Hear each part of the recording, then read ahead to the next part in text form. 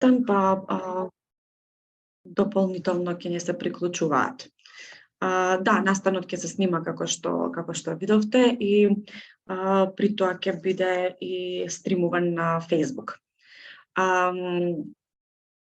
Добро утро од името на мрежата за заштита од дискриминација. Јас сум Драгана Брендаревска од коалицијата Маргини, организација која што е координатор на мрежата за недискриминација. Ви благодарам за вашето учество на денешната конференција на мрежата за недискриминација, насловена предизвици, успеси и научени лекции од спроведувањето на Законот за спречување и заштита од дискриминација 2020-2022. Впрочем, се работи за еден долго очекуван закон за кој што активно се застапувавме со години за негово донесување. И навистина, вака гледајќи наназад или од некаква тогашна перспектива, навистина е добро што од денес можеме да збориме дека овој закон се спроведува, па да збориме за напредување како на законот, така и на практиките на негово спроведување. Јас ќе му дадам првен од видните обраќања, првен ќе му дадам збор на Кире Миловски од Фондацијата Отворено општество, кои се всушност и основачи на мрежата на заштита од дискриминација, членки и донатори. Повели. Благодарам, Драгана, се надевам добро се слушаме. Добро утро, добар ден на сите. Почитувани присутни, во името на Фондацијата Отворено општество Македонија и во моје лично име сакам да ви се заблагодарам за интересот за завршната конференција на мрежата за заштита од дискриминација, насловена како предизвици, успеси и научени лекции од спроведувањето на Законот за спречување и заштита од дискриминација во период 2020-2022 година, а која е дел од проектот Мрежа за заштита од дискриминација во напредување на политиките и практиките за заштита од дискриминација и промоција на еднаквоста, кој пак финансиски, како што спомена и Драгана, е поддржан од Фондацијата Отворено општество Македонија. На оваа конференција ќе бидат презентирани резултатите од мониторингот на спроведувањето на Законот за спречување и заштита од дискриминација од страна на Комисијата за спречување и заштита од дискриминација и од страна на Народниот правобранител. Извештајот од мониторингот има за цел да придонесе за унапредување на ефикасност и делотворноста во работата на Комисијата, како и за исполнување на предусловите за ефективно спроведување на самиот закон. При подготовката на овој извештај беа земени предвид јавно достапните податоци за примената на законот и работата на самата комисија, перспективата на членовите и стручната служба на самата комисија, како и перцепциите на граѓанските организации кои работат на промовирање на еднаквоста и заштита на човековите права на ранливите групи. Подетално околу самите наоди, заклучоци и препораки од истиот ке слушнете нели за кратко од моите колешки и колеги од мрежата за заштита од дискриминација. И во оваа прилика само сакам да им се заблагодарам за успешно завршената работа. Оваа година од страна на мрежата беа подготвени уште 4 документи за јавни политики, нели со кои што се застапуваме пред органите на власта во Република Северна Македонија. Првиот документ е насловен како до ефикасна заштита во случаите на сексуално насилство. На неговата промоција која што се случи пред една недела, јасно побаравме од надлежните органи за инкриминација на сексуалното вознемирување онлайн. Вториот документ е со наслов за јакнување на вработливоста на лицата со попреченост, кој пак има за цел да ја покаже ефективната примена на правото на слободен пристап до работа на лицата со попреченост во Република Северна Македонија, а согласно ратификуваната Конвенција на Обединетите нации за правата на лицата со инвалидност заедно со факултативниот протокол од 5 декември 2011 година. Документот за своја централна точка го има членот 27 од Конвенцијата, кој ги поставува основите на обврските за државите да обезбедат ефективна заштита, промоција и ефикасно исполнување на правото на работа и вработување на лицата со попреченост.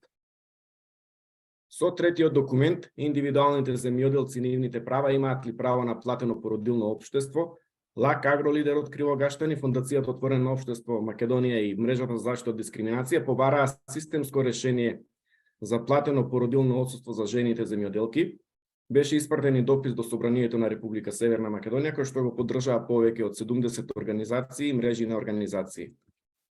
И четвртиот документ пак е насловен како усогласување на македонското законодавство со директивата 41 од 2010 на Европската унија за примена на принципот на еднаков третман на мажите и жените кои вршат активности во својство на самовработени лица.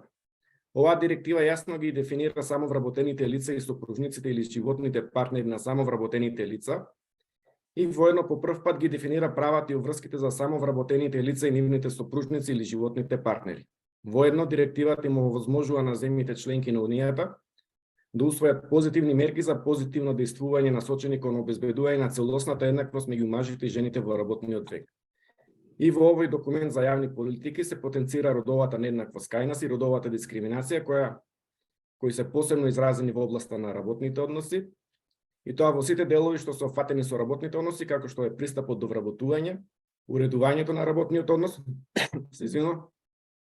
напредувањето на работното место и престанувањето на работниот однос. Чисто како пример, родовиот јас на пазарот на трудот во 2020 година се зголемил за 22,7% поени, што се должи на фактот дека поголемиот дел од жените во споредба нели со мажите били исклучени од пазарот на трудот во оваа година, во оваа пандемиска година.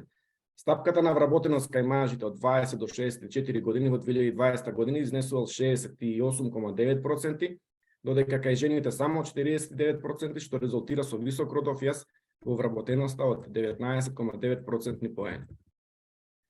Од останатите активности на мрежата во оваа година само ќе ги потенцирам обуката за представниците на организациите членки на мрежата за зголемување на капацитетите за застапување во текот на пристапниот процес кон Европската унија, со фокус на маргинализираните заедници и жените од руралните заедници, како и обуките за представниците на Комисијата за спречување и заштита од дискриминација и Државниот инспекторат за труд. Највисок приоритет на Фондацијата Отворено општество Македонија е заштитата и подобрувањето на животот на маргинализираните заедници. Во оваа насока е и континуираната поддршка на мрежата, уште од нејзиното формирање од 2010 година до денес. Фокусот на поддршката и самата работа на мрежата за заштита од дискриминација на мрежата ќе биде и понатаму насочена кон унапредување на политиките и практиките за заштита од дискриминација и промоција на еднаквоста, а со цел нели придонес кон градење на поеднакво општество преку унапредување на политиките и практиките за спречување и заштита од дискриминација. Мрежата веќе активно учествува во креирањето на политиките во областа на недискриминацијата, се застапува за прифаќање на европските и меѓународните стандарди, иницира процеси за застапување за хармонизација на законодавството со Европската унија и унапредување на законите според потребите на маргинализираните групи. Истовремено, активно јавно се залага за унапредување на еднаквоста и на човековите права. И благодарам за вниманието. Ти благодарам, Кире. Ти ја опиша нашата работа изминатата година и клучните теми на кои што работевме. Меѓутоа, јас сепак ја дополнам со тоа што со фактот што мрежата активно ги тестира механизмите за заштита од дискриминација, пред се преку праќање на представки до Комисијата за спречување и заштита од дискриминација, меѓутоа и тестирање на судската заштита. Па така оваа година иницииравме повторно нова тужба за заштита од дискриминација, што се однесува на дискриминација на врз поради ХИВ статусот, односно здравствената состојба од страна на здравствениот сектор. Така што имаме и тековни постапки за недискриминација, вкупно 4, инициирани од страна на мрежата и нејзините членки. Така што од овој период на 2 години веќе можеме да зборуваме од нашата практика дека има потреба да се унапреди законот за спречување и заштита од дискриминација. Меѓутоа, во моето излагање нема да не влегувам во ова, бидејќи ќе ги оставам колегите да зборуваат на овие теми преку извршениот мониторинг на спроведување на законот. Јас ќе кажам дека повторно имаме потреба да се застапуваме за избор на членови на Комисијата за спречување и заштита од дискриминација. Испразнете се 2 места. И веќе кажам дека и покрај напредувањата што ги имаме, можеме денес да зборуваме за функционална институција. Односно функционална институција, зборувам за Комисијата за спречување и заштита од дискриминација, нешто што го немавме пред 2 години. Меѓутоа сепак институција која што се соочува со бројни предизвици. Овие успеси се должат и на нашата работа како мрежа за недискриминација, меѓутоа заедно и со сите останати клучни актери во областа. Еве извештајот на Европската комисија го препознава овој успех, меѓутоа зборува за дополнителна поддршка која што е неопходна да добие прашањето на недискриминација и самата комисија, особено во областа на одвојување на финансиски човекови капацитети за незино непречено и уште подобро функционирање. Секако тука е недостатокот на финансиска, односно буџетска независност на која што дополнително треба да се обрне внимание. А во однос на човечките капацитети ние повторно ќе апелираме и ќе се застапуваме за избор на членови на комисијата врз основа на заслуги, односно мерит системот, а не по партиски клуч, бидејќи гледаме и од функционирањето на комисијата дека токму поради изборот, прв пат се случи избор на повеќе членови кои што не се избрани по партиски клуч, токму поради тоа можам да заклучам дека имаме пофункционална институција од тоа што беше претходно и согласно стариот закон. Се донесе и стратегија за еднаквост и недискриминација, од која што ќе оставам колегите повеќе да образложат, меѓутоа како мрежа за недискриминација не сме задоволни од начинот на донесување на оваа стратегија, односно не сметаме дека доволно учествувавме и бевме слушнати во овој процес. Се формираше националното координативно тело за недискриминација, кој што допрва треба да профункционира. И секако остануваат проблемите поврзани со функционирањето на народниот правобранител, каде што за жал не бележиме значајни унапредувања. И останува прашањето на недостаток на координација помеѓу народниот правобранител и Комисијата за спречување и заштита од дискриминација.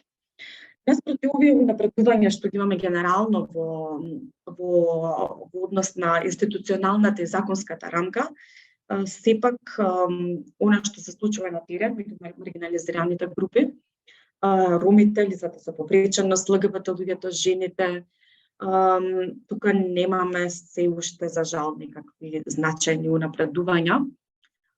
Имаме некакви напредувања во законската рамка, меѓутоа остануваат старите проблеми на сегрегација, говор на омраза, недоволен пристап до правда, сегрегација во образованието, во здравството и така натаму. Исто така, мрежата за недискриминација се застапуваше и пред Комитетот за правата на детето за ова прашање, па благодарение на нашата активност во завршните излагања на Комитетот за правата на детето, кој што излегува овој октомври, дискриминацијата беше препознаена од Комитетот како клучна област во која што е потребно унапредување. Секако Комитетот се задржа на дискриминацијата врз децата, особено врз маргинализираните деца, како децата роми, ЛГБТ младите, децата со попреченост, за кои што изрази сериозна загриженост во однос на недоволно спроведување на законите, немање на капацитети од страна на институциите и покрај известни унапредување на законската рамка, како што беше донесувањето на Законот за основно образование. Така што, генерално да заклучам, имаме унапредувања, меѓутоа потребни се навистина дополнителни и засилени напори во повеќе области, особено со фокус на доследно спроведување на законската рамка, нејзино напредување во однос на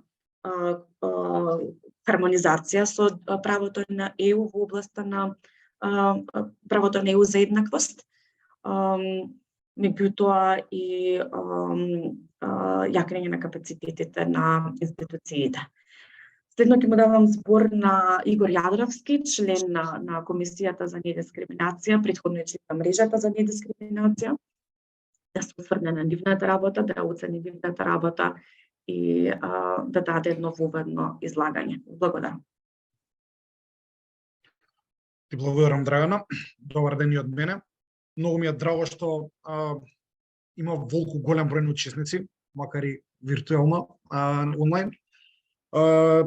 Следниот месец се навршуваат точно 2 години од мандатот на овој состав на Комисијата за спречување и заштита од дискриминација, па согласно тоа сметам дека ова истражување, ова анализа за работата на комисијата доаѓа во право време, затоа што 2 години се веќе сосема доволен и солиден период во кој што може да се видат одредени предизвици, одредени недостатоци и одредени позитивни страни од работењето на комисијата, а се поврзани со законот или пак произлегуваат од законот. Оно што можам јас да го кажам во однос на предизвиците со кои што се соочуваме во спроведувањето на законот за спречување и заштита од дискриминација, би ги поделил предизвиците, проблемите во 3 поголеми категории. Едно се предизвиците кои што произлегуваат од капацитетните можности на комисијата, тука мислам и на човечки и на финансиски капацитети. Другата категорија на предизвици би биле предизвиците кои што се произлегуваат од, да кажам, одредени недоречености, несовршености на законот, места каде што законот може да се подобри и унапреди. И третата категорија на предизвици произлегуваат од недостатокот на меѓуинституционалната соработка. Во овие 2 години прилично често и фреквентно членовите на комисијата во своите јавни настапи, во состаноци, во останати активности доста често кажува дека комисијата се соочува со сериозни капацитетни проблеми во смисла на буџет и во смисла на независност при располагањето на буџетот. Тоа е прилично сериозен проблем со кој што се соочуваме и ден денес. Мора да поздравам одлуката за добивање на повисок буџет за 2023 година. Предложениот буџет ќе ни биде 50% поголем од буџетот за 2022 година, меѓутоа се уште останува проблемот со независното располагање на буџетот, односно независноста при вработувањето на луѓе во стручната служба и независноста при трошење на парите од ставките на буџетот. И ова, иако звучи 100 пати повторено и нешто кое што нонстоп го споменуваме, навистина влијае врз работата на комисијата, врз капацитетното градење на комисијата, со тоа и врз исполнувањето на сите законски надлежности кои што ги има комисијата.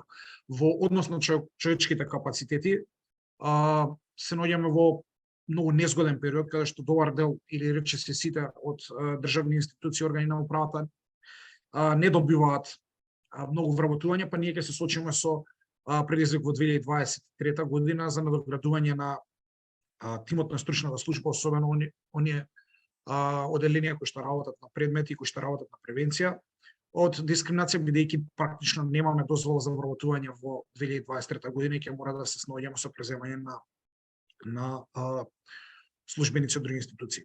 Проблемите кои што се однесуваат и произлегуваат од недостатоците на законот, нема да одземам тука многу време, бидејќи ги има повеќе и ги имаме дискутирано на ниво на мрежа, меѓутоа ќе кажам дека постои потреба, она што го кажа и Драгана, од отварање на законот и доуредување на одредени работи, особено тука мислам пред се на прекршочната постапка, доуредување, прецизирање на одредбите кои што се однесуваат на судска постапка, некакви одредби кои што се однесуваат на тековното постапување на комисијата во смисла на вршење на достава, можеби понекогаш носење предмети без одлуки и мислења без да се контактира потенцијалниот дискриминатор, можеби нешто во однос на регулирање на статусот на стручната служба и слично.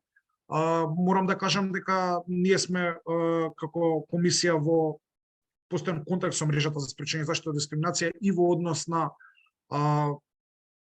размена на информации за спроведување на законот и тоа како ние како институција се соочуваме со одредени предизвици, како мрежата за спречување и заштита од дискриминација, како би рекол мрежа која што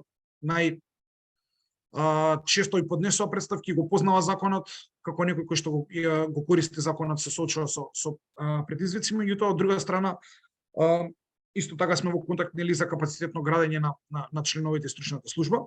Па овој процес на измени и дополнување на законот секако бидел некако во соработка со мрежата. И последната група на предизвици со кои што се соочуваме е немањето на меѓуинституционална соработка. Некако секогаш тука прво се врзува соработката на комисијата со народниот правобранител, бидејќи се слични институции, ние сме нели тело за еднаквост, тие се национална институција за човекови права и некако природно доаѓа да имаме соработка, дури законот нели го налага тоа. Ние досега немавме систематизирана соработка со народниот правобранител, меѓутоа можам да кажам дека во последниот месец тука имаме поместување на работите и сме во фаза на подпишање на меморандум со соработка, што значи ќе се интензивира оваа соработка, меѓутоа кога зборам за немање на меѓуинституционална соработка, мислам и на останатите органи на управата. Членот 3 од Законот за спречување и заштита од дискриминација вели дека овој закон ќе биде применуван од страна на сите органи на управата и дополнително дава обврски на органите на управата да собираат податоци, меѓутоа и да преземаат активности за превенција од дискриминација. Се надевам дека со операционализација на националното координативно тело за заштита од дискриминација, чијашто конститутивна седница треба да биде следната недела, дека оваа меѓуинституционална соработка ќе се подобри. Исклучително е значајна од неколку аспекти, значи од аспекти на собирање на сегрегирана статистика, користење на таа статистика, согласување на законодавството и слично. Тука би застанал во ведниот дел, би сакал да ги слушнам наводите од анализата и подоцна можеби би се вклучил во дискусија по доколку има прашање, секако доколку имам коментари во однос на наводите. Фала ви. Ти благодарам, Игор.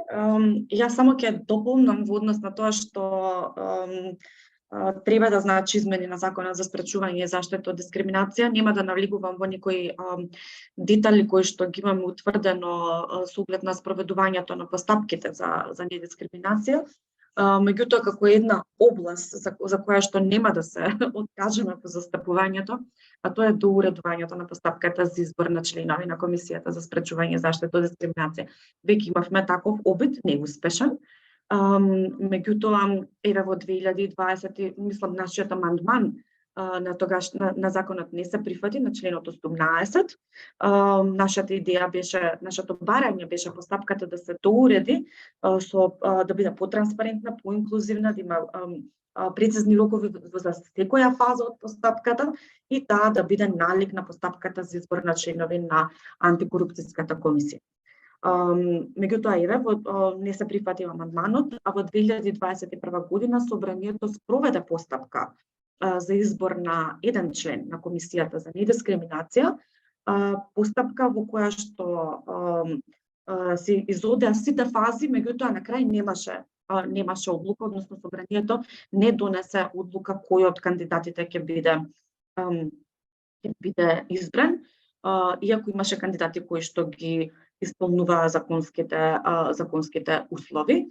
Односно не се донесе имаше интенција да се донесе одлука по партиски клуч, односно да се избере некомпетентен член кој што не ги исполнуваше законските критериуми. Од тука спроведувањето на оваа постапка е уште еден аргумент плюс дека треба да се измени и овој дел од Законот за спречување и заштита од дискриминација. Во меѓувреме имавме и избор на нов народен правобранител, постапка која што повторно ја наблюдувавме и ја оценивме како не е транспарентна, не е инклузивна и секако постапката заврши со избор на народен правобранител по политичко влијание. Така што сметаме дека ова е клучно прашање за кое што се потребни измени и во Законот за народниот правобранител и генерално за сите тела кои што Собранието ги именува, кои согласно законите кои ги уредуваат треба да бидат независни. Јас ќе продолжам, ќе ги повикам Маргарита Глигуровска од ХОВС и Стојан Мишев од Сдруженијето ЕСЕ, членки на мрежата за недискриминација, кои што се и автори на извештајот од мониторингот над спроведувањето на Законот за спречување и заштита од дискриминација 2020-2022. Маргарита и Стојан имаат презентација. Да, во вие да почнете, а потоа и ќе оставам простор да се коментираат главните наводи како од Игор, така и од останатите учесници на конференцијата. Благодарам. Ти благодарам, Драгана. Добар ден од мене на сите. Како што веќе кажаа сите претходни говорници, дека во рамките на мрежата за заштита од дискриминација оваа година се изготви извештај за имплементација на Законот за спречување и заштита од дискриминација за периодот од 2019 до 2022 година. Всушност, овој закон, за разлика од претходниот закон, направи голем значителен чекор кон согласување на нашата национална легислатива со законодавството на ЕУ и овозможи на Комисијата за спречување и заштита од дискриминација да се позиционира како специјализиран тело или механизам каде луѓето ќе можат да бараат заштита од дискриминација и воопшто оваа комисија да го промовира принципот на еднаквост во нашата земја. Меѓутоа и покрај сите напори, сепак граѓаните, особено оние кои што се најранливи категории на граѓани, се уште се соочуваат со нееднаков третман и дискриминаторски однос, како и од страна на државните институции, така и од приватни ентитети кои подлежат на санкционирање од страна на државата за сторената дискриминација. Ќе се повторам и со претходните говорици, всушност целта на овој закон беше да придонесе за ефективна имплементација во нашата држава, како и ефективна имплементација на законските надлежности на комисијата, прети се на промотивно-превентивната функција, заштитната функција и советодавната функција. При подготвувањето на овој извештај, првично ја прегледавме правната рамка за заштита од дискриминација, беа разгледани Законот за спречување и заштита од дискриминација, Националната стратегија за еднаквост и недискриминација 2022-2026 и стратешките документи на Комисијата за спречување и заштита од дискриминација. Потоа беше извршена анализа на секундарни извори на податоци. Тука ги разгледавме годишните и периодичните извештаи на Комисијата, како и одлуките или донесените мислења по поднесени претставки за заштита од дискриминација и истражувања и анализи од други организации кои се однесуваа на работата на Комисијата за спречување и заштита од дискриминација. И она што ни беше најважно, всушност се направи анализа на квалитативни податоци од членовите на комисијата и граѓански организации кои имат искуство на полето на дискриминација со поднесување на претставки. Тука беа изготвени два полуструктурирани прашалници. Едниот беше наменет за членовите на комисијата, беа интервјуирани тројца членови на комисија и двајца вработени во стручната служба. Полуструктураниот прашалник кој што беше подготвен за граѓанските организации го пополнија 7 организации. Во однос на националната правна рамка, јас нема да зборувам за законот, тоа ќе му го препуштам на мојот колега Стојан. Јас ќе се осврнам на Националната стратегија за еднаквост и недискриминација и стратешките документи на комисијата. Националната стратегија за еднаквост и недискриминација 2022-2026 година е трета поред стратегија. Во незината методологија е наведено дека таа е изготвена во еден широко консултативен и транспарентен процес, каде за незиното изготвување учествувале државни институции, граѓански организации, преку средби, фокус групи, јавни дебати. Меѓутоа, од прашалниците, интервјуата со членовите од комисијата и граѓанските организации, видовме малце друга состојба.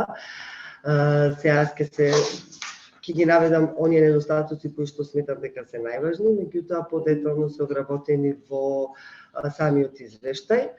Како најголем пропуст во процесот на донесување и изготвување на оваа стратегија, сметаме дека е тоа што Комисијата за спречување и заштита од дискриминација воопшто не била вклучена во овој процес, а таа всушност составува едно од најзначајните тела за еднаквост. Потоа оваа стратегија воопшто нема наведено кои се учествува во неа, само се наведени државни институции и граѓански организации. Воопшто не е наведено дали е формирана работна група за нејзино изготвување, како што беше случај со претходните стратегии. Што се однесува до граѓанските организации, точно е дека тие биле повикани, меѓутоа само на една средба, каде дале придонесе со своји предлози што се треба да содржи оваа стратегија, меѓутоа нејзиниот финален текст воопшто не ги содржи предлозите од граѓанските организации, така да сметаме дека не е доволно тие да се викнат само на една средба за еден процес да е широко консултативен, потребно и да се прифатат предлозите од граѓанските организации. Друг недостаток кој што го увидовме од националната стратегија е тоа се однесува на основите на дискриминација. Во стратегијата е само наведено дека таа ќе ги превземе сите основи кои што се наведени во Законот за спречување и заштита од дискриминација, без тие да се набројат, што остава простор во иднина да се толкува различно доколку стратегијата се спроведува, која стратегијата би се спроведувала во пракса. Меѓутоа сепак, како позитивна страна на стратегијата во однос на претходните стратегии, видовме дека за разлика од претходните, ова стратегија се повикува на превенција од дискриминација, не само на заштита, и се повикува на принципот на интерсекционалност. Што се однесува до стратешките документи на комисијата, беа разгледани 3 стратешки документи кои се објавени од страна на комисијата на низината веб страна. Тоа е низиниот стратешки план од 2021-2026 година, годишната програма за 2022 година, деловникот за работа на комисијата.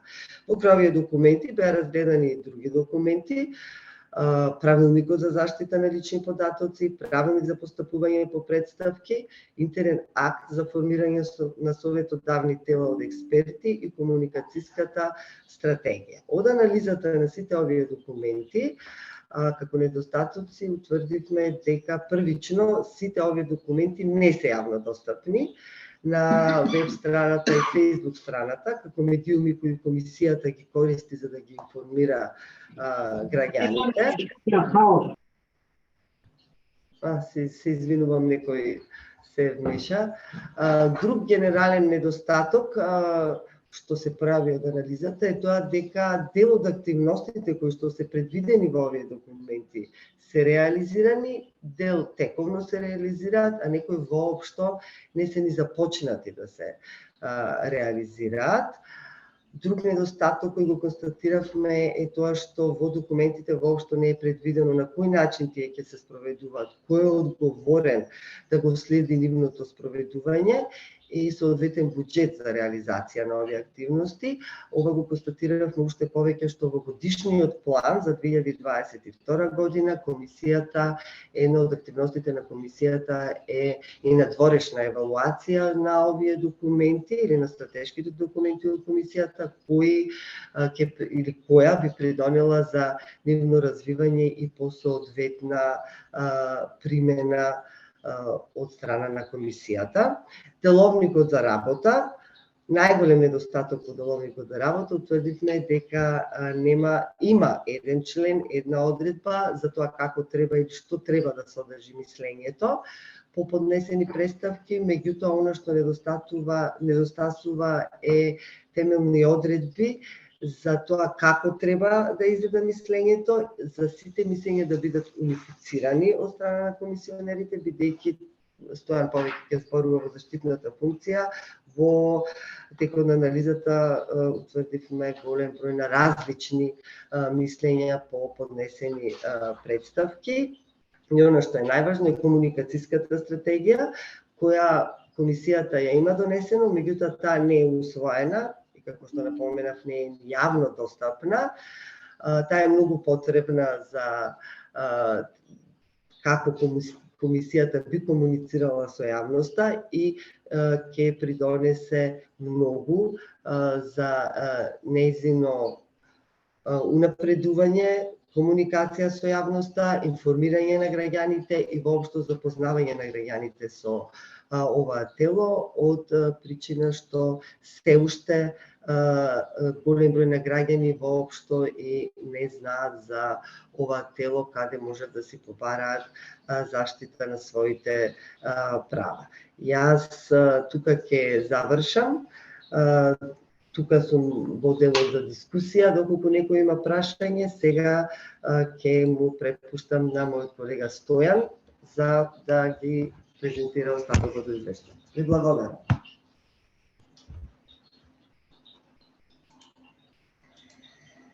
Здраво и од мене. Се надевам дека сега ме гледате добро, пошто јас вас не ве гледам пред мене и имам само презентацијата.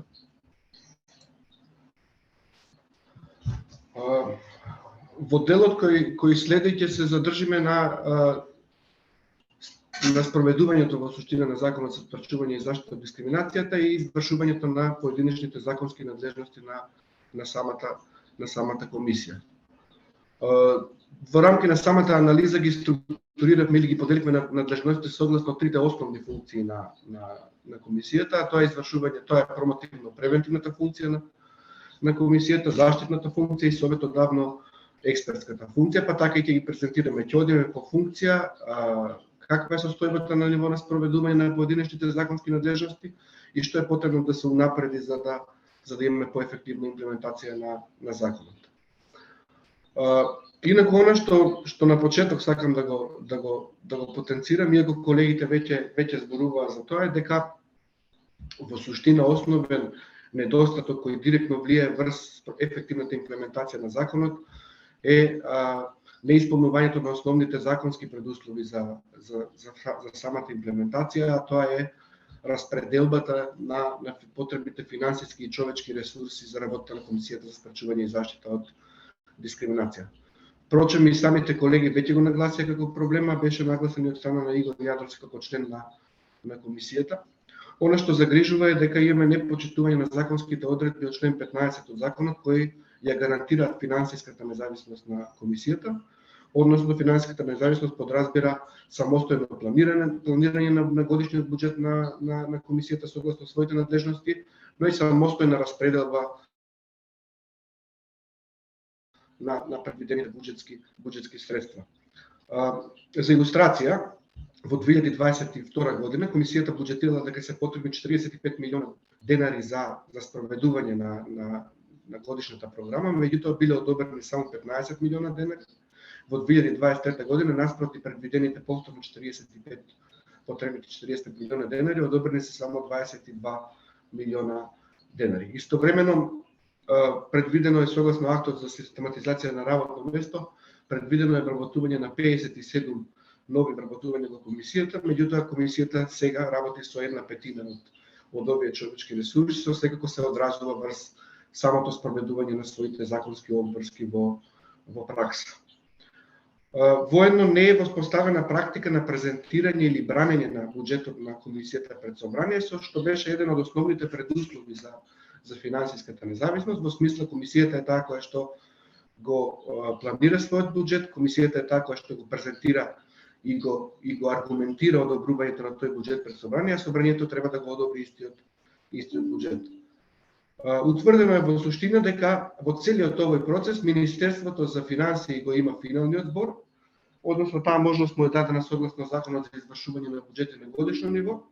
Практично, наспроти предвидената самостојност на комисијата, во пракса имаме ситуација каде што Министерството за финансии без некои по-детални консултации со самата комисија со членовите одлучува за висината, но она што особено загрижува е и за намената на одобрените буџетски средства.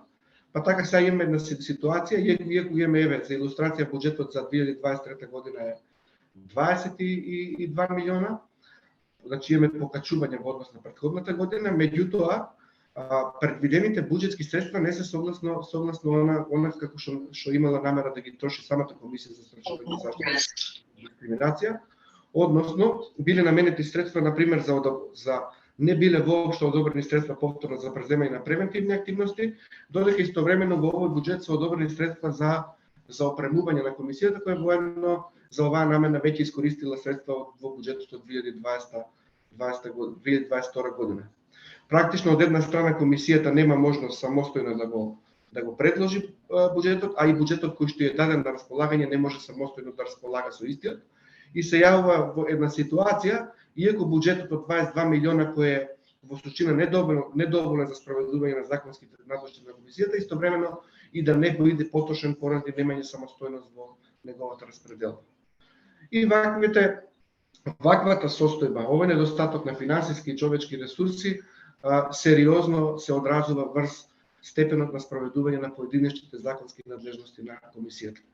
Она што го утврдивме при подготовката на овој извештај е дека има отвореност, има волја за работа од страна на новоизбраните членови на комисијата, меѓутоа во исто време има впечаток дека се преоптоваруваат со работни обврски, а истовремено отсуствуваат човечките ресурси, но и финансиските средства кои им се потребни за ефективно спроведување на своите законски надлежности.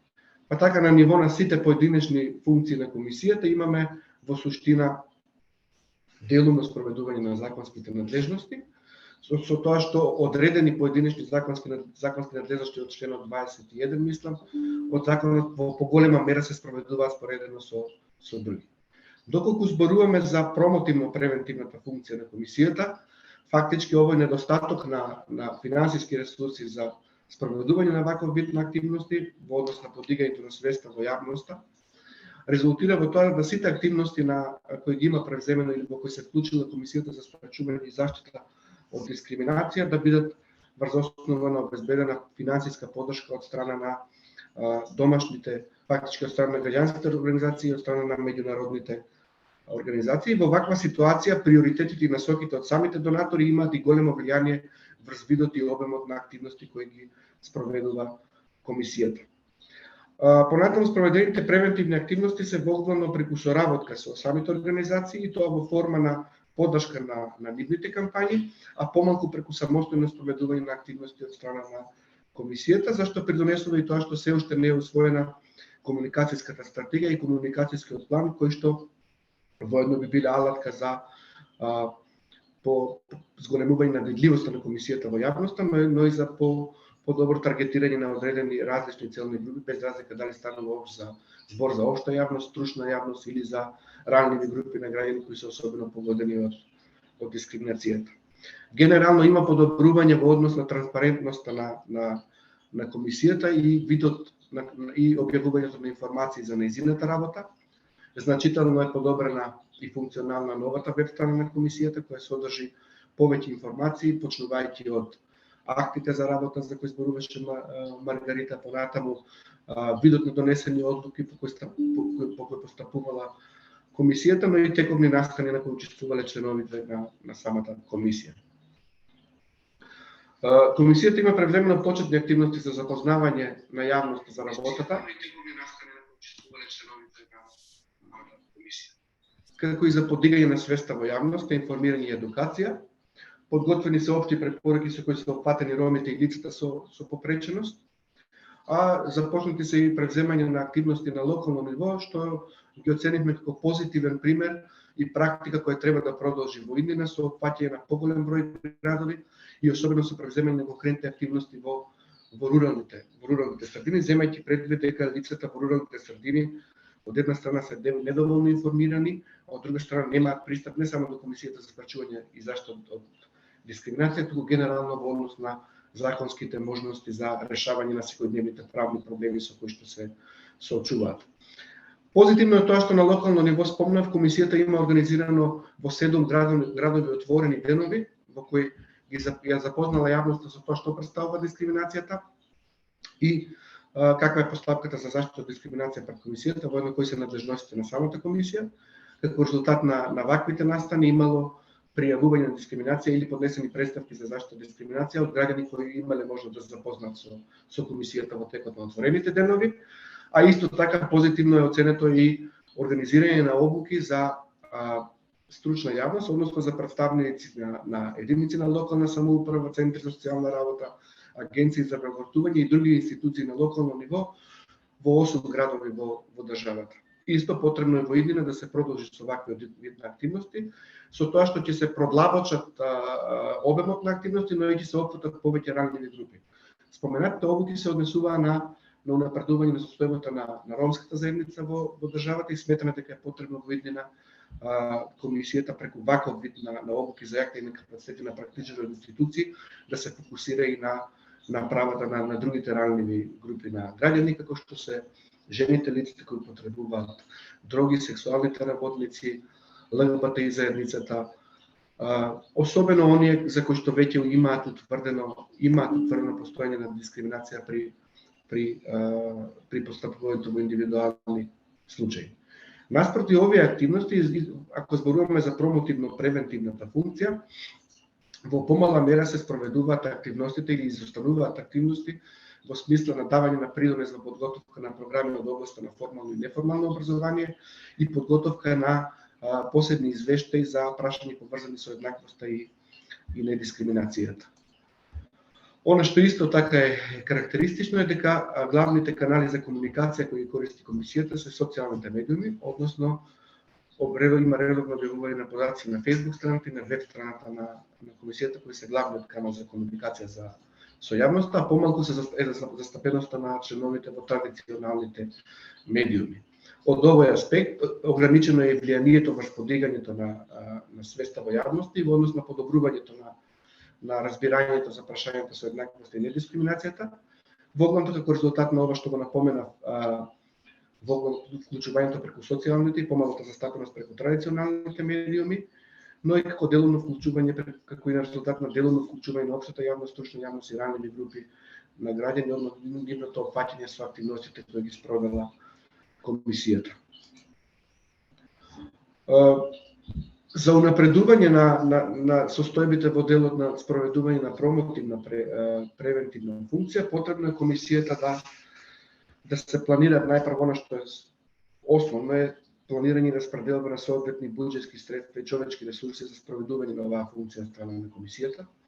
Позитивен чекор е направен со практичката подготовката на годишниот буџет од страна на комисијата, меѓутоа проблемите на ниво на операционализирање на финансиската самостојност во пракса мора да бидат надминети и сметам дека и ние како мрежа за заштита од дискриминација во иднина ќе треба да ги насочиме нашите напори за застапување кон Министерството за финансии, земајќи ја предвид улогата на ова министерство и клучниот збор кој го има во целиот тој процес.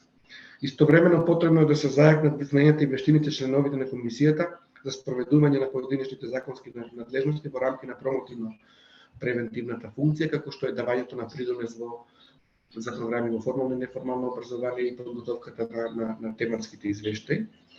И она што секако е значајно да комисијата да усвои комуникацијската стратегија и годишниот акцијски план со дефинирани индикатори, временска рамка, одговорни лица и потребен буџет кои воедно ќе представуваат основа за поефективно спроведување на промотивно-превентивната функција на комисијата и генерално зголемување на видливоста и позиционирањето на комисијата во јавност.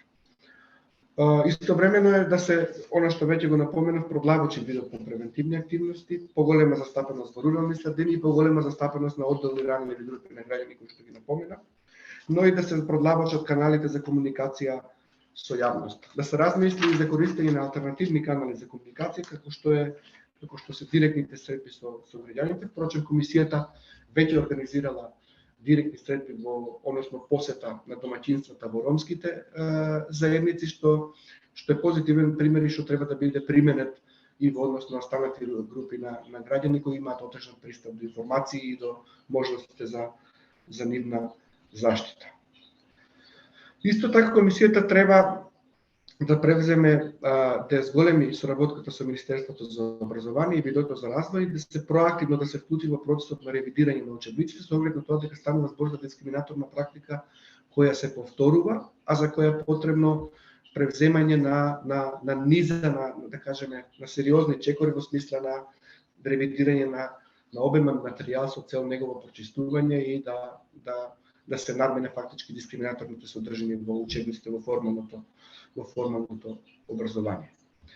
Тоа е воглавно во однос на промотивно-превентивната функција. Ние во делот на дискусија кој што ќе следи можеме подетално да образложиме за активностите кои ги има преземено комисијата, меѓутоа воглавно ова се заклучоците и препораките во однос на таа функција. Извршувањето на заштитната функција на Комисијата за спречување и заштита од дискриминација е во суштина делот од работата на ово тело за кој што се тросат најголемиот дел од бремето, финансиските и човечките ресурси на комисијата, и тоа воглавно во однос во делот или во однос на надлежноста за постапување по поднесени претставки за заштита од дискриминација. Позитивно е тоа што постои зголемување на ефикасноста на комисијата во постапувањето по претставки, паралелно со зголемувањето на бројот на претставки. Па така во 2021 година комисијата постапувала по 167 претставки за заштита од дискриминација, споредено со првиот квартал од оваа година, кога само во првите 3 месеци постапувала по 95 претставки и 80% од предметите се завршени.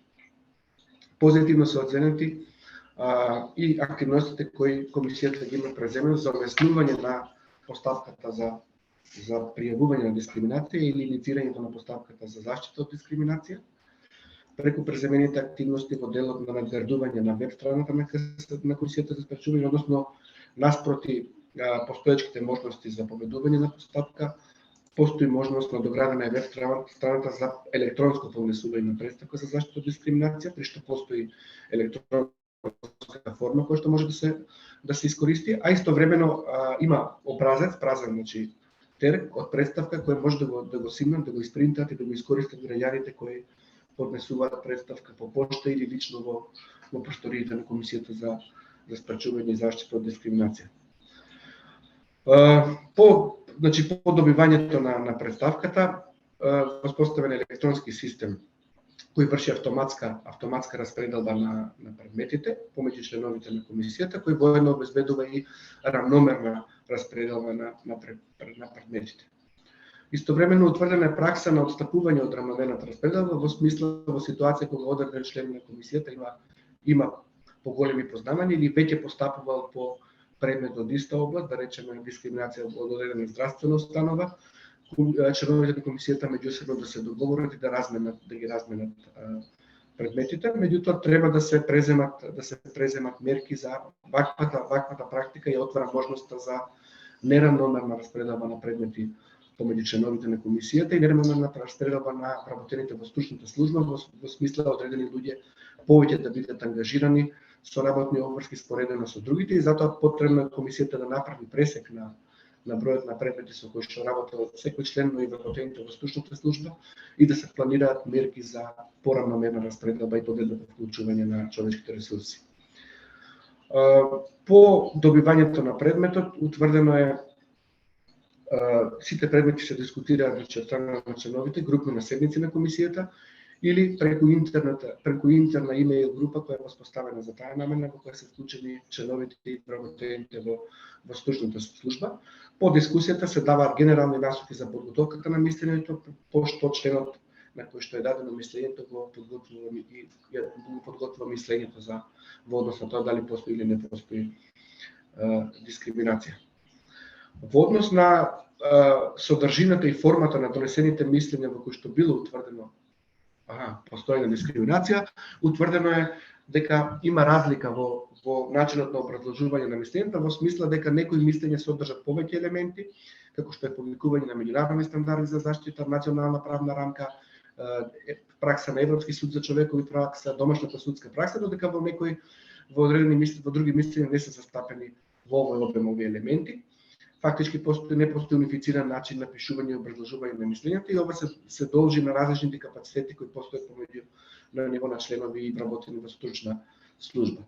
Она што во комуникација со членовите на комисијата го утврдивме како потешкоти во однос на постапувањето е почитувањето на законските рокови, односно практични аспекти кои влијаат врз прологирањето на целата постапка, тоа е доставата преку пошта до потенцијалните дискриминатори, бидејќи комисијата добива известување од пошта дека е известено субјектот, меѓутоа без без да знае дали е известен дека е добиена пратка или известен дека е почната постапка пред комисијата, што е битно за течење на законските рокови.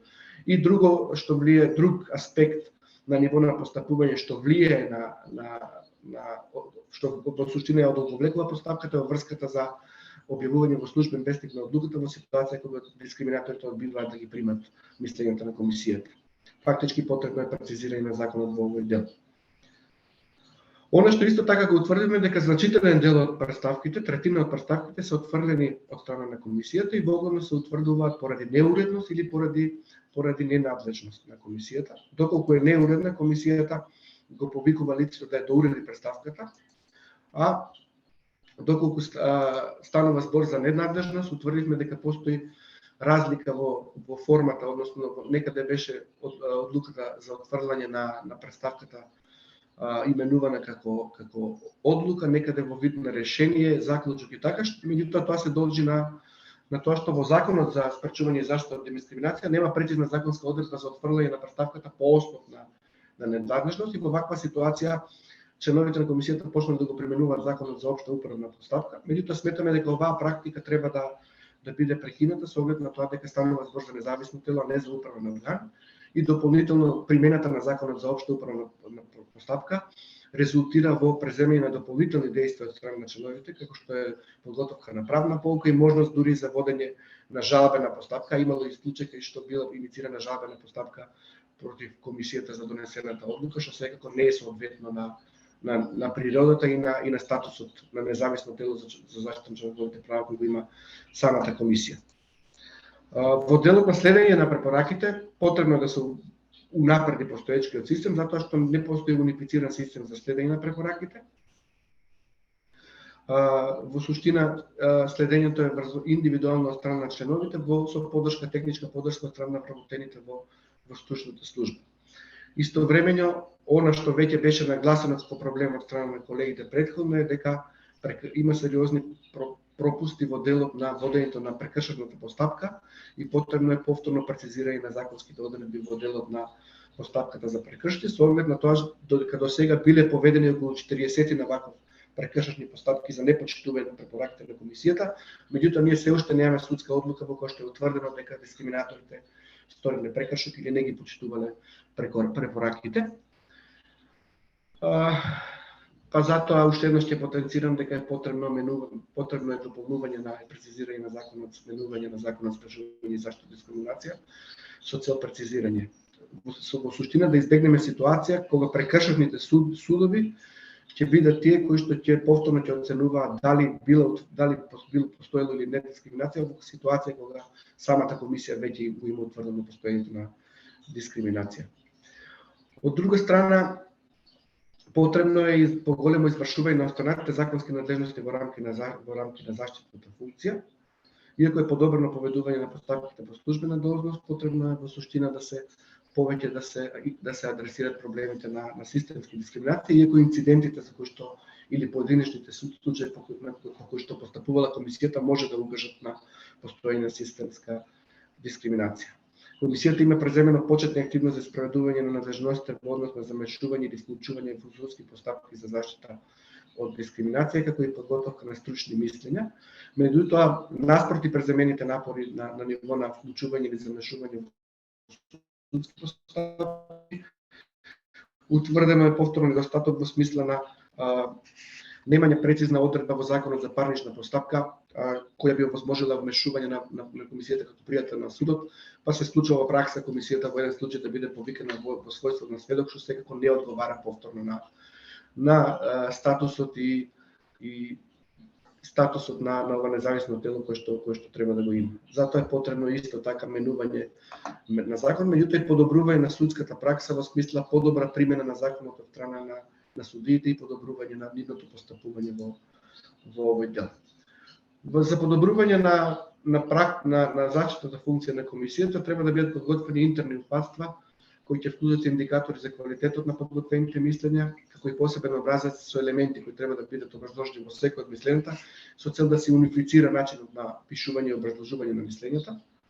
Она што го рековме дека комисијата треба да направи подетална анализа за време трајањето на постапката, односно да види да ги во суштина илустрира или подетално образложи потешкотите со кои се соочува при почитување на законскиот рок од 5 дена за известување на потенцијалниот дискриминатор и да потоа да бидат преземени соодветни активности во смисла на законски или измени или усвојување на прецизни интерни критериуми за преземање на действија од страна на самата комисија, затоа што сега во пракса се случува во одредени ситуации, во одредени случаи да бидат пратени повеќе ургенции за добивање дополнителни информации, во други случаи помал број на ургенции, што секако влијае врз самата должина на постапката. Практично треба да се утврдат прецизни критериуми во кој временски период, кога и на кој начин комисијата ќе бара дополнителни информации, да се воспостави унифициран систем за следење на исполнувањето на препораките кој ќе овозможи навремено преземање на действија кон сторителите на дискриминација кои не ги почитуваат мислењето на комисијата, и комисијата да им иницира менување на член 41 од законот со цел да се овозможи непречено водење на прекршочната постапка. Оно што во најмала мера е спроведено се спроведува од страна на комисијата е советодавно експертската функција на комисијата и впечатокот е дека недостатокот на финансиски и пред се човечки ресурси на ова ниво сериозно ги подрива, да кажеме, заложбите на комисијата за преземање на своите законски надлежности на ова поле.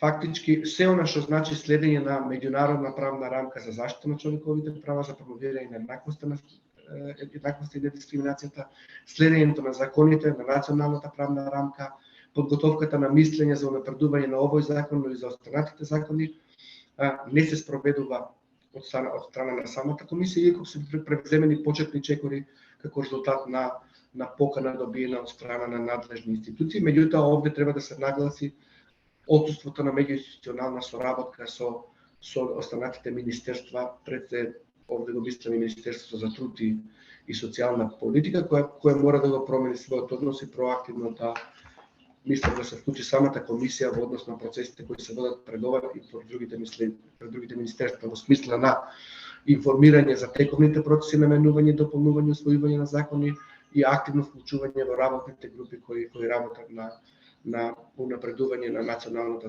правна рамка за заштита на човековите права.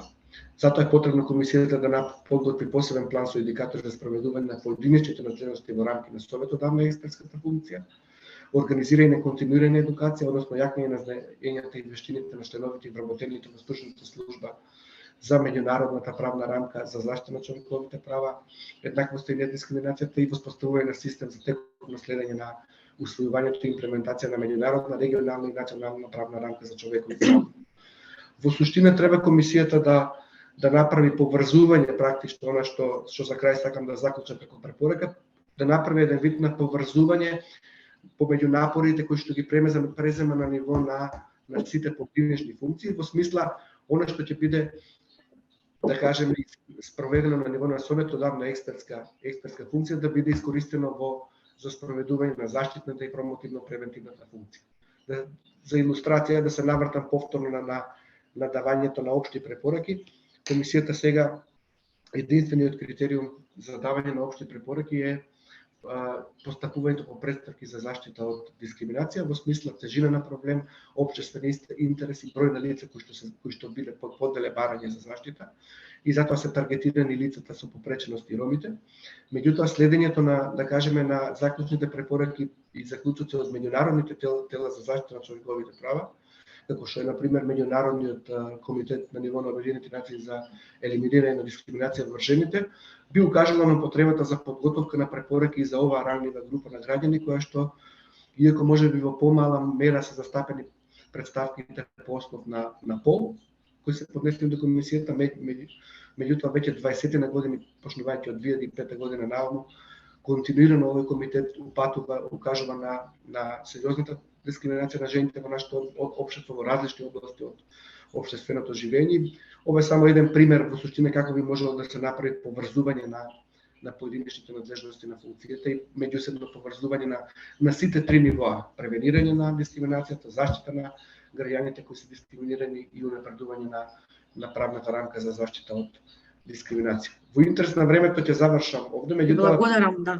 би сакал да се вклучиме во дискусија и да поставите прашања со цел да ги продлабочиме наводите кои што сега генерално ги презентираме. Ви благодарам Стојан и Марга. Навистина извештајот е сеопфатен и представува многу важен ресурс за понатаму за напредување на работата на комисијата, доколку нели збориме на ниво на практики, меѓутоа и клучен ресурс од кој што треба да произлезат идните измени на Законот за спречување и заштита од дискриминација. Игор, ќе ти дадам можност да се да кажеш мислење по однос на клучните наоди, меѓутоа пред тоа ќе дадам збор на Јасмина Иванова од Министерството за труд и социјална политика, која што представува клучен актер, клучна институција исто во оваа област и е надлежно исто така за спроведување на законот. Јасмина ќе збори за исто така многу важен аспект од спроведувањето на Законот за спречување и заштита од дискриминација, а тоа е хармонизација на легислативата, меѓутоа Јасмина ќе те замолам да се осврнеш и во однос на овие клучни наоди, во однос на улогата на МТСП, измените на законот и соработката со комисијата и вклучувањето на комисијата во процесите на измени на клучните закони. Ви благодарам. Благодарам Драгана, благодарам на сите за присуството. Да не се повторувам, само накратко ќе кажам дека во текот на оваа година ја донесовме Националната стратегија за еднаквост и недискриминација 2022-2026 и во октомври владата го формираше Националното координативно тело. Исто така во овој период во владена процедура е донесување на акциски план 2022-2024 со приоритети и фискални импликации согласно Националната стратегија за еднаквост и недискриминација. Сакам да напоменам дека Министерството посветува внимание на градење на капацитетите на јавната администрација за должноста и примената на принципот на еднаквост и недискриминација. Именно во Ресурсниот центар за креирање на родово одговорни политики и буџети во периодот од септември оваа година спроведовме 10 обуки за дискриминација и обучени се 165 лица од јавната администрација на централно ниво, општински представници, како и ромски медиатори. Подготвени се 2 електронски модули за опука за еднаквост и недискриминација и истите се поставени на страната на Министерството за информатичко општество и администрација во системот за обука на администрацијата. Со цел хармонизација на законите, како што напоменавме, која е една битна алка во целиот овој процес, Владата на Република Северна Македонија донесе заклучок со кој ги задолжува сите одговорни министерства да почнат со процесот на хармонизација, имајќи го во предвид членот 48 од овој закон. Во однос на усогласувањето на законската регулатива со Законот за спречување и заштита од дискриминација, Министерството за труд и социјална политика во соработка со Европската унија и Советот на Европа во рамки на проектот Промоција на различност и еднаквост во Северна Македонија изработија препораки за хармонизација на 12 закони со Законот за спречување и заштита од дискриминација. Законите кои што се опфатени во оваа активност се Законот за научно-истражувачка дејност, Законот за основно образование, Законот за средно образование, Законот за високо образование, Законот за семејство, Законот за спорт, Закон за социјална заштита, Закон за работни односи, Закон за заштита на децата, Закон за пензиско и инвалидско осигурување, Закон за здравствена и Закон за здравствено осигурување. Исто така сакам да напоменам дека оваа година е започнат ИПА проект ЕУ за човекови права, вклучување на концептите за недискриминација во законодавството, кој е финансиран од рамката за интеграција во Европската унија од ИПА-2 и чија цел е зајакнување на правната средина и зајакнување на спроведувањето на еднаквост и недискриминаторските принципи и практики, потоа усогласување на законите согласно членот 48 од Законот за спречување и заштита од дискриминација и зајакнување на капацитетите на националните власти и креаторите на политиките за превенција и заштита од сите форми на дискриминација. Бидејќи и ние како ресорно министерство сме свесни дека има тековни проблеми при спроведувањето на Законот за спречување и заштита од дискриминација, во рамки на овој проект ќе се изработат нацрт измени на членови на токму овој закон, Законот за спречување и заштита од дискриминација, потоа кривичниот закон, Законот за кривична постапка, предлог законот за работни односи, предлог законот за родова еднаквост и исто така ќе биде разгледано нацрт упатството за еднаквост во јавниот сектор. Министерството дава поддршка континуирано на сите организации во насока на транспарентно и одговорно работење и ќе продолжи да соработува со граѓанскиот сектор затоа што сте клучен актер во целата оваа проблематика и без вас и ние не би можеле да ги спроведеме сите политики. За прашањата кои се од заеднички интерес ќе продолжиме да работиме заедно и ќе се залагаме за унапредување на човековите права, промовирање на еднаквите можности и недискриминацијата во нашата држава. Во однос на предизвици и следни чекори, посветено ќе работиме на напредување на законот за спречување и заштита од дискриминација во насока на поголема самостојност и функционалност на комисијата, анализа на постоечките недостатоци и предлози за нивно надминување, хармонизација на законската регулатива со Законот за спречување и заштита од дискриминација согласно членот 48 од законот и ќе продолжиме со градење на капацитетите и подигање на јавната свет како континуирани активности. Да не должам, накратко тоа е, за дискусијата сме тука, па ќе се слушнеме сите што имаме да кажеме. Ви благодарам.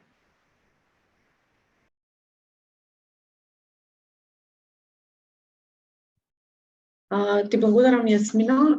Меѓутоа ве повикувам да ги искоментирате критиките насочени кон Министерството за труд и социјална политика во однос на недоволна инклузивност и во процесот на стратегијата, донесување на стратегијата. Еве колегите ги изнесоа на одите. Како граѓанско општество не сме задоволни од начинот на кој што беше донесена оваа стратегија. Бевме, како што ви споменавме, само на една средба. И како резултат имаме стратегија која што е оценета како прилично застарен документ кој што не ги отсликува реалните состојби и не се фокусира на сите основи на дискриминација. Односно, жените, ЛГБТ луѓето и некои други маргинализирани групи речиси не се видливи во оваа стратегија. Од тука можеме да кажеме дека како граѓански организации гледаме дури малце еден негативен тренд во однос на намалување на соработката на Министерството за труд и социјална политика со здруженијата на граѓани. Еве конкретно го споменавте акцискиот план, јас сум координаторка на мрежата за заштита од дискриминација, прв пат ја добивам оваа информација сега од вас, а велете дека е во законска процедура. Така што сметам дека би било добро, не дека е добро, мислам дека имате и обврска да не консултирате во овие процеси, меѓутоа не бевме консултирани како мрежа за недискриминација, која што впрочем е и клучен партнер на институциите во овој дел. Исто така и во однос на хармонизацијата, добро е што конечно почна да се придвижуваат работите во оваа насока. Кажавте многу важни закони кои што треба да се хармонизираат, меѓутоа исто така апелирам и во овој процес да бидеме соодветно вклучени како граѓански организации, мрежата за заштита од дискриминација, меѓутоа и останатите организации за човекови права. Бидејќи низ годините имаме соодветна експертиза во ова прашање и бевме едни од клучните кои што се застапуваме конкретно за ова и ние ја вршиме хармонизацијата веќе на законодавството пред Министерството преку различни амандмани кои што ги праќаме во министерствата и во собранието. Игор Јадровски, накратко ќе те замолам, па потоа ќе продолжиме со Христина во однос на народниот правобранител и ќе отвориме дискусијата. Фала ти, Драгана. Би сакал да им се заблагодарам на Стојана Марга за презентацијата на извештајот и генерално на сите членки на мрежата кои што учествува во изработка на овој извештај. Мислам дека е прилично сеопфатен и целосно и точно ги доловува и сите позитивни страни и сите недостатоци кои што ги имаме до сега во работењето. Би сакал само да се осврнам на неколку кратки работи кои што успеав да ги забележам во рамките на презентацијата, чисто се да кажеме некакви поместување на ситуациите или апдејти од моментот кога ги имавме интервјуата и моментот кога излегува извешта. Значи имаме некои поместување чисто на сите присутни на конференцијава им се дадат тие информации. Би почнал со недостапноста на сите документи кои што не се објавени. Ние сметавме дека одредени документи кои што не се објавени, како што се, например, комуникацијската стратегија или некои внатрешни правилници, нема да бидат од интерес на јавноста или не се доволно битни, можеби, за внатрешната организација на комисијата и дека од таа причина едноставно не се објавени. Дефинитивно ќе ги објавиме ако сметате дека тоа би било некаква поголема транспарентност или информирање од страна на комисијата. Имаме соодветно спроведување на комуникацијската стратегија и усвојување. Усвоивме комуникацијската стратегија на минатата седница. Ние се трудиме да ја следиме, немаме годишни комуникацијски планови, дефинитивно. Во самата стратегија има наведено кои лица треба да ги кои активности треба да ги спроведуваат. Немаме ставено буџетски импликации, бидејќи тргавме од буџетот кој што го имаме и буџетот кој што го добивме за 2022 година, во кој што немаше никакви средства за превентивни активности, па беше нецелисходно ние да ставиме буџетски импликации во самата комуникацијска стратегија, кога немаме буџет за истите. Знаеме дека ќе немаме буџет и во принцип таа стратегија ни ја даде повеќе насоката за тоа како треба комуникацијата од самата комисија да оди надвор, како тоа да биде систематизирано и оние работи кои што беа најбитни нема буџетски импликации, додека пак за оние работи кои што сакаме да ги имаме во форма на некаков комуникацијски аутпут кампањи и слично, знаевме дека ќе нема буџет и веројатно ради тоа немавме ставено некакви буџетски импликации. Секако во правењето на годишниот комуникацијски план за 23-та ќе гледаме да опфатиме и буџетски импликации, индикатори во однос на спроведување на планот. Би се осврнал малци на опфаќањето на различните групи на граѓани. Од моментот на носење, на имање на интервјуата со Стојан и со Марга до конференцијава, ние всушност усвоивме и стратегија за одстранување на структурна дискриминација. Тоа е стратегија која што ја работеа две надворешни експертки заедно со комисијата и всушност овдека имаме фокус на неколку категории на ранливи граѓани со кои што би сакале да имаме малце посистематизиран пристап во работата со истите и всушност одбраните категории на граѓани беа направени согласно индивидуалните случаи кои што досега ги имаше комисијата, меѓутоа и онаму каде што експертите сметаа дека ние немаме доволно индивидуални случаи, меѓутоа има одредени системски проблеми на кои што треба да работиме. Можам да споделам, бидејќи усвоена таа стратегија, ќе споделам со членките на мрежата, чисто да видите кои ќе ни бидат пристапите во работа со различните граѓани. Се сложувам дека треба да имаме некаков поголем пристап во традиционалните медиуми, иако мислам дека не е тоа на некое незавидно ниво, особено за оние, да кажам, најгорливи теми кои што се поврзани со дискриминација во државата, иако традиционалните медиуми најчесто во последниот период, имајќи го предвид општествено-политичкиот контекст, пробуваат да ја свртат темата како не еден проблем само. Меѓутоа, гледаме да имаме присуство и особено гледаме да имаме присуство за одредени меѓународни денови. Декември е преполн со такови денови, така што периодов навистина сме присутни по овие медиуми. Би се осврнал малце и на она што беше кажано за неравномерното распределување на предмети и немање унифициран начин на носење на мислења.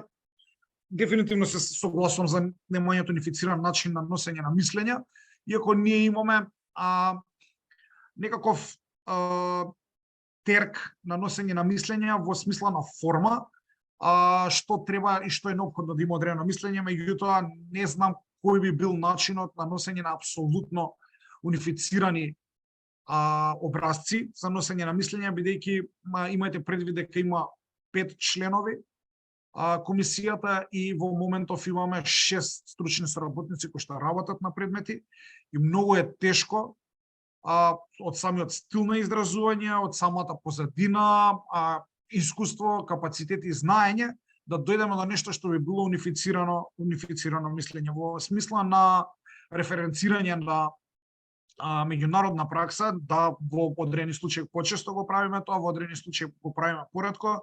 Сметаме дека во случаите каде што се повторува, да кажем, одреден вид на дискриминација или некаде каде што треба да има дополнителна аргументација и да се види меѓународната пракса, го правиме тоа, во одредени случаи не го правиме, затоа што можеби не ни можеме да најдеме некаде меѓународна пракса за одреден вид на дискриминација, иако секако дека ја има, повторно поврзано со ограничените капацитети, а некаде едноставно проценуваме дека нема потреба тоа да се прави. Во таа смисла многу е тешко да се дојде до некакви унифицирани мислења кои што би били унифицирани по стил на изразување, по аргументација во образложението и слично. Најблиску до унифицираност на мислење може да се дојде имањето некаков формат, да има вовед, да има диспозитив мислењето, образложение, на крај да заврши со некаква препорака. Сме го разговарале ова како проблем, меѓутоа се уште немаме најдено модус операнди како тоа да биде баш унифицирано и да изгледа исто, пак ќе кажам со оглед на тоа дека многу луѓе работат на мислењата. Би сакал нешто да кажем во однос на употребата на ЗОУП. Дефинитивно тоа го видовме како грешка и сметаме дека не треба да го правиме и не го правиме понатаму. Има правна празнина законот за спречување и заштита од дискриминација, затоа што не дава можност да се отфрлат одредени претставки заради ненадлежност, а верувате ги има многу. Безбедна варијанта ни беше ЗОП, затоа што таму го најдовме член 40 или кој што вели дека може да се отфрлат одредени претставки заради ненадлежност и да се препратат на соодветен орган кој што е надлежен, меѓутоа од друга страна по тоа референциран орган на државна управа, ние не сме орган на државна управа, така што во изминативе месец или два, веќе отфрлањата за ненадлежност ги правиме едноставно со заклучок, онака како што е праксата на народниот правобранител, односно не референцираме на ЗОП, затоа што се слагам тоа понатаму води кон можеби жалбена постапка, дополнителна работа, меѓутоа и третирање на комисијата како управен орган, актите кои што ги носи комисијата се коречни. Да, уште нешто сакав да кажам во однос на општите препораки. Имам и општа препорака во однос на вакцините. Ако добро се сеќавам, тоа се однесуваше на вакцинација на децата како услов за запишување во основно образование. Тука имам уште една препорака. Не знам дали со колегите со кои што било разговарано за општите препораки го спомнале тоа или го заборавиле. Имавме една општа препорака која што не е крстена или не е насловена како општа препорака, меѓутоа има сила на општа препорака во однос на мерките повторно за вакцини за влез во затворените простори, трговските центри и слично, кога се бараше доказ за имунизација. Дали истото е дискриминација или не, имавме повеќе беше во вид на соопштение, меѓутоа по природа беше општа препорака. Чисто да надополнам дека и тука има општа препорака. Во однос на другите наводи апсолутно се согласувам. Многу е добро што овој извештај ќе ни послужи како некаква алатка и насока што треба да подобриме, како треба да подобриме. Чекам и во целост да го прочитам извештајот, меѓутоа со сите останати наводи кои што ги добивме, апсолутно се согласувам. Да и не би ги повторувал заклучоците дека за подобрување на работата на комисијата и генерално спроведување на законот мора да дојде до одредени измени и подобрување на законската рамка. Доколку подоцна има некакви прашања, стојам на располагање. Ти благодарам, Игор. Ќе продолжим со Христина во однос на промоција на клучните наводи од извештајот за работа на народниот правобранител со фокус на спречување и заштита од дискриминација. Христина, ќе те замолам да бидеш кратко, односно се задржиш на клучните наводи од извештајот.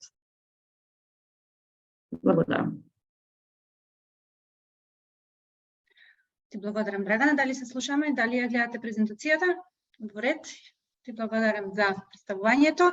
Јас во интерес на времето ќе се обидам да бидам што е можно пократка и да ги презентирам само клучните наводи од извештајот за работата на Народниот правобранител кој што го подготвува во изминатава година.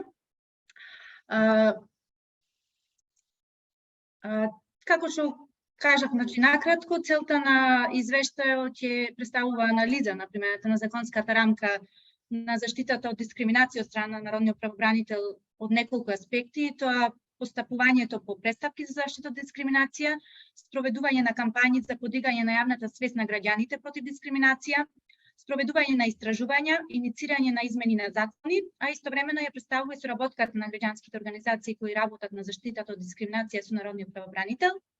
Исто така извештајот се осврнува и на капацитетите на институцијата во остварување на заштитата од дискриминација и крајно треба да утврди дали има поместување во однос на заштитата од дискриминација на граѓаните во споредба со минатиот извештај кој што беше изготвен исто од страна на мрежата за заштита од дискриминација за период 2010-2019 година. Институцијата Народен правобранител представува уставна категорија според која таа ги штити уставните и законските права на граѓаните. И од тука може да се забележи дека Народниот правобранител има централна улога во заштитата на граѓаните во остварувањето на нивните права и слободи, а од 2014 година има статус на национална институција за човекови права и е акредитирана од страна на Европската мрежа на национални институции за човекови права. Сепак, омбудсманот во нашава држава нема законодавни, судски или извршни овластувања, ниту е орган за кривично гонење или инспекцијски орган. Во надлежноста на омбудсманот не спаѓа донесувањето одлуки со кои мериторно се одлучува за правата на граѓаните, како што е случајот со судовите, органите на државната управа и други органи и организации на кои правно-политичкиот систем им обезбедил присилен инструментариум. Напротив, омбудсманот е предвиден како еден вид на контролен механизам кој интервенира со предлози, укажувања, сугестии, забелешки, препораки и слично. Во однос на постапувањето по престапки за заштита од дискриминација, во склоп на институцијата Народниот правобранител функционира одделот за заштита од дискриминација и правична застапеност. Иако во овој оддел се предвидени 4 работни места за заштита на граѓаните од дискриминација и правична и соодветна застапеност, сепак одделението функционира само со еден вработен и тоа на позицијата државен советник.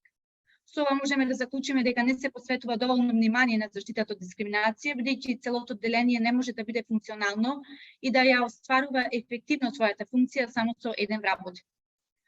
Во однос на податоците, во Канцеларијата на Народниот правобранител во 2020 година примени се 62 престапки во област на недискриминација, додека во 2021 тој број е 43. Согласно овие податоци, во последните години постои намалување на бројот на престапки за заштита од дискриминација, од кои во 2021 година тој поднесени престапки во изминатите 2 години, што за споредба до Комисијата за спречување и заштита од дискриминација во 2021 година, како што кажаа колегите, поднесени се вкупно 167 престапки за заштита од дискриминација, што представува бројка видно поголема од престапките кои што се примени во Канцеларијата на Народниот правобранител. Иако Комисијата е орган кој што согласно законот е специјализиран за промоција, заштита и превенција на еднаквоста и недискриминацијата, сепак се уште истиот не е како младо тело не е доволно препознаено како значаен општествен чинител во областта на дискриминацијата, а сепак видно од бројот на поднесени престапки се добива впечаток дека постои зголемување на бројот на престапки кај една, а намалување на бројот кај друга институција. Ова може да ни представува индикатор дека граѓаните развиле повеќе доверба за заштита од дискриминација во Комисијата, отколку во Народниот правобранител, но сепак потребни се дополнителни податоци и истражувања за да се потврди оваа забелешка. Во однос на податоците кои што беа добиени за поднесени престапки за заштита од дискриминација за периодот ноември 2020 август 2022 година, во Канцеларијата на Народниот правобранител примени се 88 престапки за дискриминација. Од вкупниот број на престапки покрената е постапка во вкупно 57, а не е покрената во вкупно 23 престапки. Од собраните податоци се добива недостаток од 8 престапки за кои што немаме податок дали истите се покренати или не се покренати, или пак доколку овие постапки се покренати дали истите се запрени или прекинати. Во однос на овој период постојање на дискриминација е утврдено во 7 случаи, од кои по основ на работен однос 4, образование 1, други области 1 и домување 1. Во однос на вкупниот број на примени преставки за дискриминација, ова бројка представува 7,9%, што можеме да кажеме дека релативно представува мал процент во однос на примените преставки, и тоа значи дека може да укажува на недоволно препознавање на дискриминацијата и сензибилизацијата на народниот правобранител по ова прашање. Генералниот заклучокот дека народниот правобранител ги почитува законските рокови за одлучување по поднесените преставки за заштита од дискриминација. И како што напоменав, кога станува збор за сензибилизацијата на народниот правобранител за препознавање и за работа со маргинализирани групи, Сдруженијата кои што работат на овие прашања во најголем процент сметаат дека институцијата е делумно сензибилизирана. Се добива впечаток дека народниот правобранител е поефикасен во постапувањето и Сдруженијата повеќе го користат за заштита на права на деца и баратали на азил, кои најчесто не се поврзани со дискриминација. Изостанува заштитата на другите маргинализирани групи, особено лицата кои употребуваат други, сексуалните работнички, да, и ЛГБТ заедницата. Сдруженијата кои што работат со овие заедници сметаат дека народниот правобранител не е сензитивен за работа со овие заедници, а како доказ го наведуваат тоа што нема добиено ниту едно позитивно мислење и утврдена дискриминација кон овие заедници по поднесените преставки. Посочуваат и на селективност во постапувањето на народниот правобранител, односно истиот препознава, реагира, понекогаш јавно го конкретизира проблемот, односно повредата на правата, меѓутоа во случаи кога станува збор за детска заштита или заштита на рум. Оно што се истакнува е фактот дека кога постапува народниот правобранител по преставки за заштита на права, во кој што има вклучително и елемент на дискриминација, целосно се игнорира елементот на дискриминација и се фокусира само на заштитата на одредените права. Генерално задоволителен е односот на народниот правобранител кон странки и процедурата за упатување за помош. Се укажува дека странките се сослушуваат и им се дава правен совет каде истите да се упатат. Сепак во постапувањето повеќе народниот правобранител насочува кон други институции кај кои жртвите треба да се обратат, а не обезбедува поддршка директно. Како причини за незадоволство, исто така се наведува и фактот што народниот правобранител своите мислења најчесто ги темели врз одговорот на државните институции. Во однос на податоците кои што ги добивме, во предметниот период добиени се 2 правни совети, 2 препораки, 5 укажувања и не е дадено ниту едно мислење за начин на остварување на повредата. Народниот правобранител нема систем за следење на спроведување на препораките и мислењата, вклучително и капацитети за спроведување на истото. На странките им се укажува дека доколку забележат непочитување на препораките, повторно треба да известат институцијата. Институциите од друга страна па не преземаат комплетни активности за решавање на укажаните препораки, ретко одговараат во законски предвидениот рок, само делно испраќаат писмен одговор кој воопшто не го решава прекршувањето на правата на граѓаните. Како причина за разликување на постапките во случај кога време траењето трае подолго од законски предвидениот рок, се јавува кај органите кои што се должни да постапат по барањата на народниот правобранител. Сдруженијата исто така немаат пример и искуство дека народниот правобранител ги следи препораките укажани по преставките поднесени од нивна страна. Тоа исто така во нивните известувања ги известува дека треба да биде истиот да биде известен за предземени действија од страна на сторителот, меѓутоа оние кои што поднеселе преставка не добили известување дали органот против кого е поднесено истиот постапил или не постапил.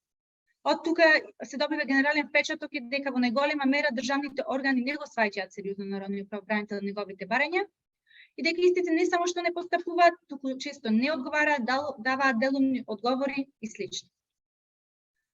Народниот правобранител во презентацијата на својот годишен извештај исто така истакна дека и владата не ги спроведува мерките кои што произлегуваат од препораките на народниот правобранител, а во изминатите 2 години ту еднаш не поднела извештај за спроведување на мерките, барајќи да се исполнат условите за дејноста на омбудсманот. Со ова само се продолжува непочитувањето и непостапувањето на државните институции по мерките и укажувањата од страна на народниот правобранител, немајќи доследен систем за санкционирање на истите. Исто така резултатите покажуваат дека во 2021 година се зголемил и процентот на државни институции кои не ги прифатиле и не постапиле по интервенциите од страна на народниот правобранител. Како главни недостатоци во постапувањето на народниот правобранител по преставките за заштита од дискриминација представува непостојањето на механизам кој обезбедува доследна примена на препораките. Потоа и фактот дека народниот правобранител не може да изрече парична или друга казна. Следен недостаток представува тоа што најчесто товарот на докажување се бара кај жртвата, а народниот правобранител не се впушта во дополнително обезбедување на докази и не превзема дополнителни действија. Во таа насока се движеше и препораката на претходниот извештај, со кој што се препорача да се предвиди законска можност за покренување на прекршечна постапка од страна на народниот правобранител. Исто така, народниот правобранител не ги искористи за целосно своите надлежности во предметниот период. Нема покренато ниту една иницијатива за поведување на дисциплинска постапка против службено и одговорно лице, нема поднесено барање до надлежно бирство за поведување казнена постапка, нема дадено предлог за повторно спроведување на одредена постапка, нема преземено действија поради неоправдано одложување на судските постапки или несовесно и неодговорно вршење на судските служби за предмети на дискриминација. Значи, овие надлежности се однесуваат само на пристапките кои што се поднесени за дискриминација. По собствена иницијатива во периодот ноември 2020 август 2022 година формирани се 6 НП предмети, од кои 3 се однесуваат за пристап до добри услуги, 2 предмети се однесуваат за работа и работни односи и 1 предмет се однесува за домување. Народниот правобранител исто така и нема учествувано во судска постапка како пријател на судот за заштита од дискриминација. Во одредени постапки за заштита представник од одделението може само да се јави како сведок на одбраната, меѓутоа посочуваат дека во тој случај судот го зема предвид мислењето на канцеларијата на народниот правобранител. Во однос на активностите за зголемување на свесноста во област на дискриминација, истите се многу малку, а речиси да ги нема. Народниот правобранител нема подготвено извештај во однос на дискриминацијата, ниту пак има поднесено такви извештаи до меѓународни тела. Во овој период исто така не се ни спроведени кампањи за спречување на дискриминација. При тоа само представник на народниот правобранител има учествувано во работна група за изготвување на измени за законот за заштита од вознемирување на работно место. Може да се заклучи дека народниот правобранител речиси да не превзема никакви активности за зголемување на свесност за дискриминација, вклучително на превенција и на дискриминаторски практики. Иако во претходниот извештај беа дадени препораки редовно, а најмалку еднаш годишно да народниот правобранител да спроведува истражување во различни области и основи на дискриминација, како и редовно спроведување на кампањи за еднаквост и недискриминација, сепак истите не се земени во предвид, а со тоа немаме и напредок во оваа насока. Во однос на капацитетите на народниот правобранител, согласно правилникот за систематизација, посебните одделенија и канцелариите, во 2021 година предвидени се 155 работни места, од кои што се пополнети само 86 за 2020, додека за 2021 година од предвидените 183 пополнети се само 85 работни места. Од тука можеме да забележиме дека институцијата се наоѓа во дефицит со кадар, а во 2021 година функционира со помалку од половина од потребните работни места. Исто така и основниот буџет на институцијата претрпува во 2020 година претрпила 2 ребаланса, со што истата била намалена од првичните 88 милиони 333 илјади денари на 82 милиони 55 илјади денари. Основниот буџет за 2021 година со еден ребаланс и една прераспределба повторно се намалил за повеќе од 5 милиони денари, со што представува 5,3% намалување во однос на изминатата година, а додека годишниот буџет за 2022 година изнесува 85 милиони 600 илјади денари. Народниот правобранител при презентацијата на годишниот извештај истакна дека се соочува со финансиски пречки за работа, немајќи средства за вршење на активностите, а дополнително со намалување на буџетот на институцијата од година во година се врши обструкција на низината работа. Соработката на народниот правобранител со граѓанските организации е делумна од причина што одредени организации немаат воопшто соработка со истиот. За успешна соработка помеѓу народниот правобранител и граѓанските организации потребни се директни средби на кои што би се презентирале взаимните очекувања. Согласно податоците, дел од организациите истакнуваат дека откако е формирана новата комисија за спречување заштита од дискриминација, повеќе го користат тој инструмент како тело специјализирано за заштита од дискриминација. Исто така граѓанските организации ретко добиваат информации и покани известувања за настани активности на народниот правобранител, а дел од нив имаат добиено покана само за промоција на извештај, меѓутоа истакнуваат дека и тоа е многу ретко, затоа што таквите настани се доста ретки гледани од аспект на граѓанските организации.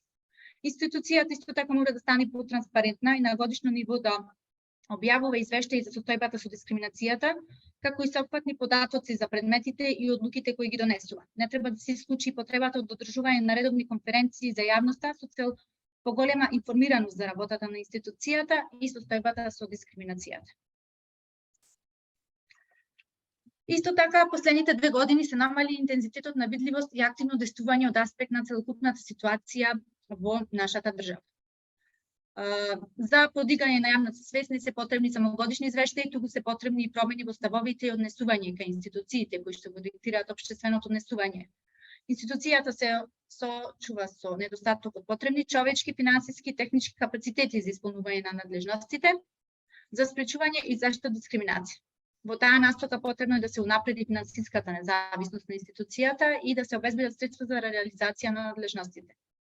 Потребно е да се организираат посеопфатни кампањи за еднаквост, недискриминација и со вклучување на граѓанските организации и надлежните органи и институции и континуирана едукација за јакнење на знаењата и вештините на стручните лица во Народниот правобранител, големување на буџетот и приоритизирање и интензивирање на превентивните активности, кои што ги спроведува поголема стручност и посветеност, како и директни активности на терен заради промена на ставови и мисли. Потребни се промени во Закон за народен правобранител, како и транспарентна и инклузивна постапка за избор на народен правобранител и неговите заменици со активно учество на сите заинтересирани релевантни страни, како и засилување на капацитетите за работа со маргинализирани групи на граѓани. Потребни се системски промени на институцијата кои што ќе значат персонална и функционална независност. За унапредување на ефикасноста и делотворноста во спречувањето и заштитата од дискриминација потребно е унапредување на законската рамка и унапредување на практиките. Иако во претходниот извештај беа дадени конкретни препораки за унапредување, сепак истите не беа применети. Исто така немаме и унапредување во однос на практиките, што следствено кажува дека препораките ќе се повторуваат и во овој извештај. Во однос на препораките кои што ги содржи во извештај се измена на Законот за народен правобранител и усогласување на законските регулатива со законодавството на Европската унија преку инклузивен процес. Да се зголеми бројот на вработени лица при одделението за дискриминација, поголема сензибилизација на кадрот за работа со маргинализирани групи, особено со лицата кои што употребуваат други сексуални и работнички, ЛГБТ и заедницата. Поактивно учество на народниот правобранител во судски постапки како пријател на судот за заштита од дискриминација. Континуирана едукација и обука за стручно способување и усовршување на народниот правобранител, неговите заменици и стручната служба за најновите трендови во антидискриминацијското меѓународно право, особено за праксата на ЕСЧП. Зголемување на бројот на подрачни единици, особено во општините со поголемо население заради поголема достапност, особено на маргинализираните заедници.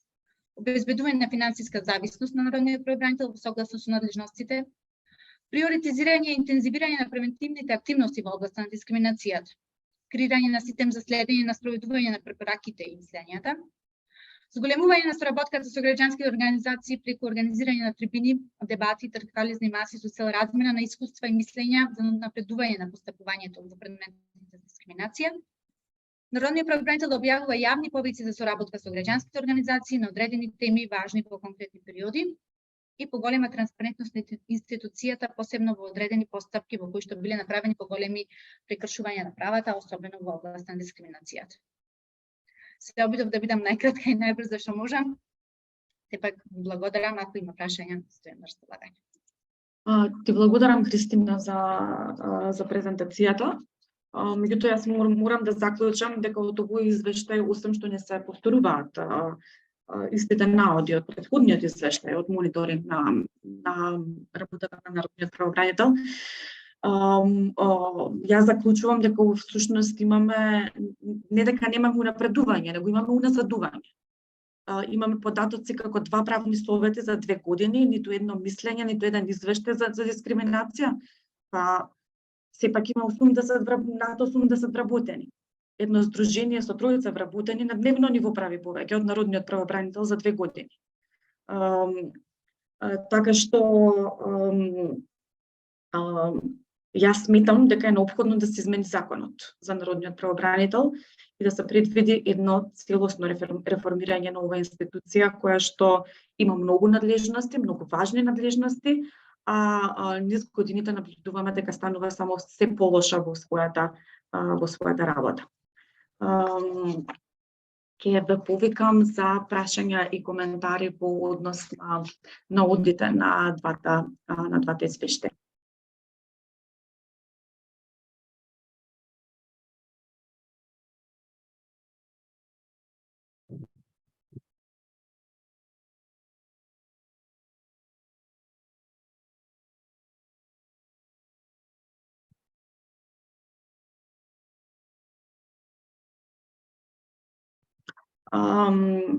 Јасмина, ќе сакате ли да се вклучите во однос на унапредувањето на соработката на Министерството за труд и социјална политика со Сдруженијата на граѓани? Благодарам. Да, Драгана, благодарам.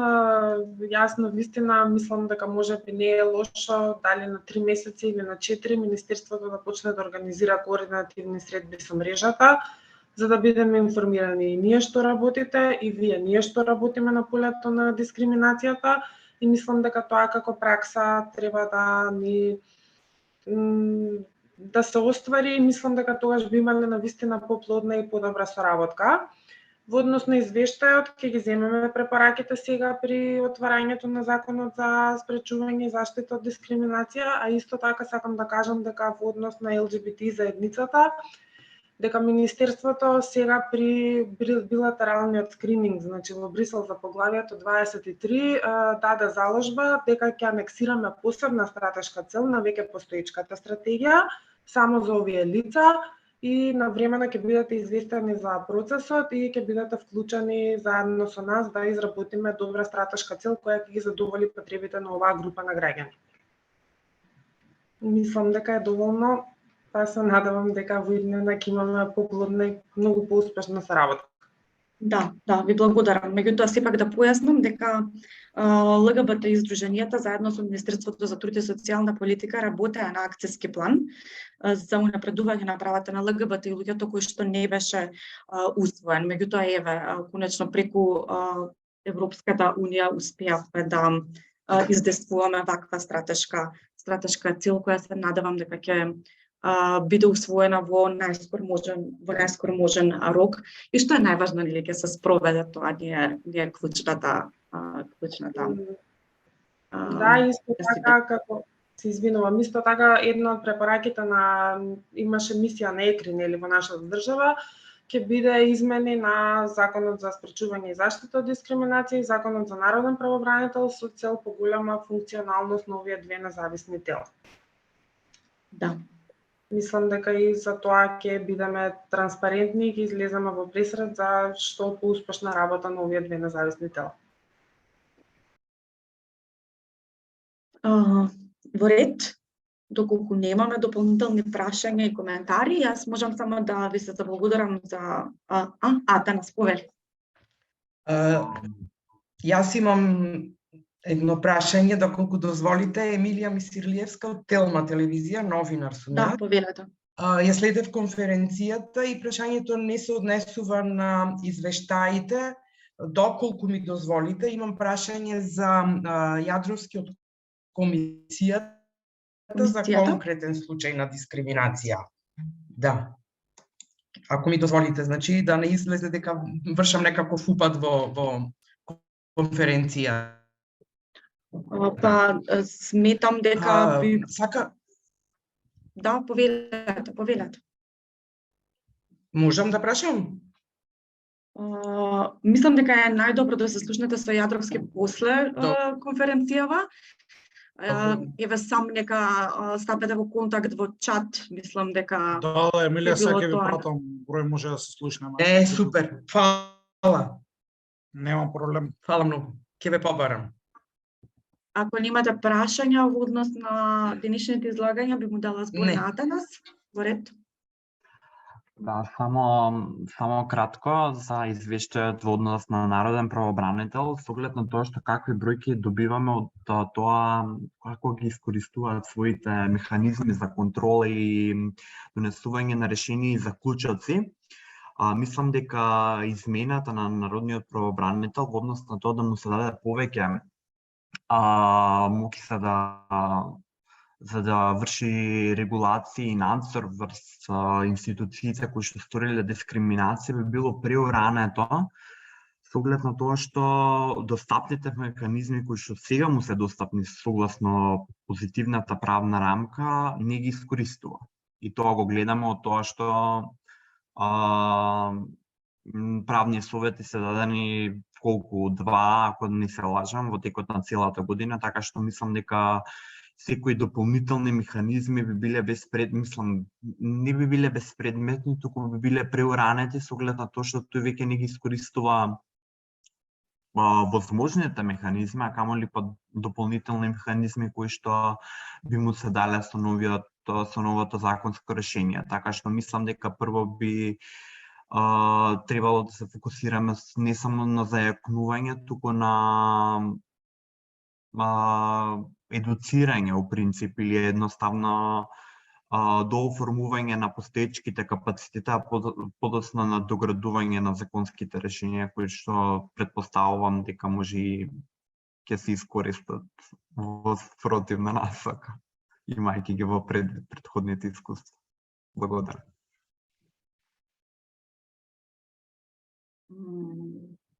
Кристина, сакаш да искоментираш или? Па да, мислам, воглавно се согласувам тука некаде со твоето мислење и препораките во таа насока моментално да се зајакни капацитетот и да се, особено на одделението за заштита од дискриминација, кој што кажавме дека функционира само со еден вработен.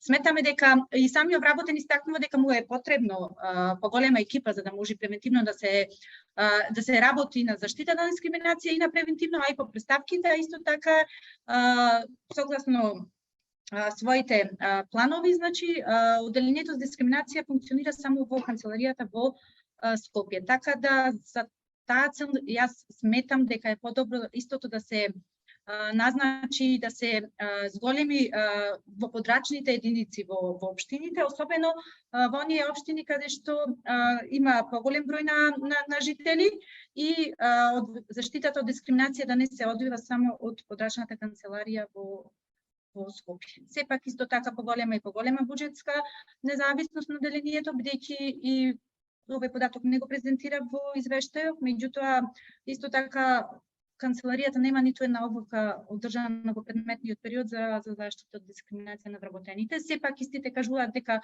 присуствуваат на одлуки кои што се организираат од страна на здруженијата, меѓутоа лично со свој буџет не организирале ниту една одлука.